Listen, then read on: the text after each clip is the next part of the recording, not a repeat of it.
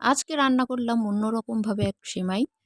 আর রান্নার সময় কী অঘটন ঘটলো থাকছে আজকের ভিডিওতে।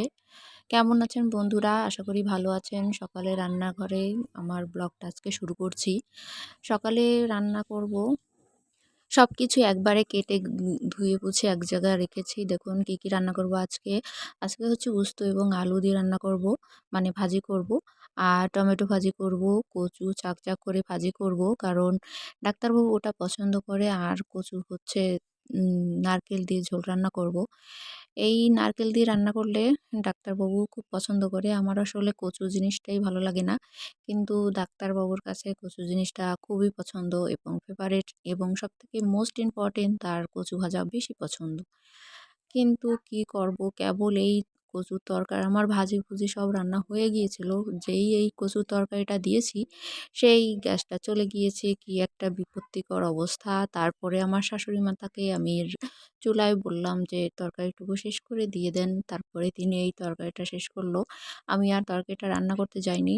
তারপরে দেখুন, কারণ এরপরে আর তো ক্লিপ নেওয়া হয়নি। তারপরে আলু সেদ্ধ দিয়েছিলাম, সেটা মেখে নিয়েছি।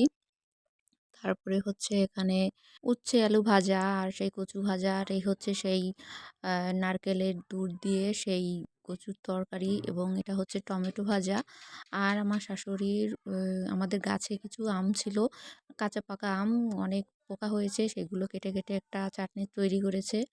তারপরে আর কি করব, মানে দুপুরবেলা ভেবেছি একটু মিষ্টি কিছু খাওয়া যাক। তারপরে কিছু সিমাই ছিল যেগুলো হচ্ছে অনেক দিন হয়ে গিয়েছে, এবং একটু মানে কেমন যেন, মানে অনেক দিন হয়ে গিয়েছে তো হয়তোবা বেশি ভালো থাকবে না। তাই এটা একটু অন্যরকমভাবে রান্না করছি।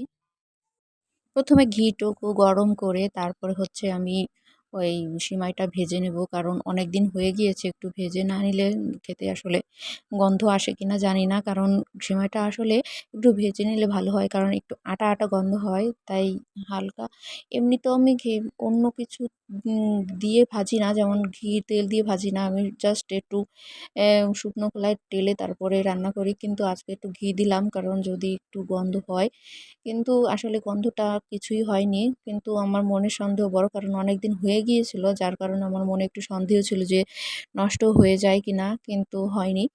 তারপরে হচ্ছে তার মধ্যে আমি ওই নারকেল কুচি দিয়ে দিলাম। কারণ নারকেল দিয়ে রান্না করেছিলাম সকালে, আরেক খণ্ড ছিল, ওটা নষ্ট হয়ে যেত। তাই সেমাইয়ের ভিতর দিয়ে দিয়েছিলাম। তারপরে হচ্ছে চিনি দিয়ে দিলাম তার মধ্যে। আর একবারে সবকিছু একটু ভাজা, ভাজা করে তারপরে আমি হচ্ছে দুধটুকু দিয়ে দেবো। আমি আসলে এইভাবে কখনোই রান্না করি না। আমি আসলে এর মধ্যে দুধের মধ্যে অল্প করে সিমাই দিয়ে তারপর রান্না করি। আর সেখানে থাকে অনেকটা দুধ আর অল্প একটু সিমাই থাকে, যেন খেতে ক্ষীর, ক্ষীর লাগে এমন। আর আমি সাথে বাদাম দেই এবং কিশমিশ দেই, এলাচ, দারচিনি, এগুলো সব কিছুই দেই। কিন্তু আসলে আমার কিশমিশ ছিল না এবং বাদামও দিতে ইচ্ছা করে নাই। কিন্তু সাধারণভাবেই আসলে এটা তৈরি করেছিলাম। যেহেতু সাধারণভাবে তৈরি করেছিলাম, খেতেও কিন্তু সেই সাধারণই হয়েছিল। একটু মিষ্টি কম হয়েছিল। আমি পরে ট্রাই করে দেখেছি। আর খাওয়ার পরেই আমি আসলে ভয়েস ওভারটা দিচ্ছি। তাই আর কি বলে দিলাম আগের থেকে। চিনিটা একটু কম হয়ে গিয়েছিল। আমি রান্নার সময় আসলে চেখে দেখিনি। আর আমার না রান্নার সময় চেখে দেখার আসলে অভ্যাস নেই। আমি রান্নার সময় একদমই বুঝি না। লবণ হোক, ঝাল হোক, কিছুই আমি আসলে বুঝি না। আমার যা আছে আন্দাজ মতো আমি দিয়ে দেই। আর ওইভাবেই যেরকম হয়, কিন্তু কম বেশি খুব কমই হয়। মাঝে, মাঝে যখন রান্না করতে ইচ্ছা করে না, তখন হয়তোবা কম বেশি হয়ে যায়। থাকে না সবসময় কি মানুষের একরকম যায়, ২-১ দিন রান্না করতে ইচ্ছা করে, ২-১ দিন ইচ্ছা করে না। মানুষের মনের উপর তো আর কোনো বাধা নেই। এই তো দেখুন, আমি এটা সেট করার জন্য ফ্রিজে রেখে দিয়েছি। আর উপরে কিছু বাদাম কুচি দিয়ে দিলাম, কারণ দেখতে একটু ভালোই দেখা যাবে।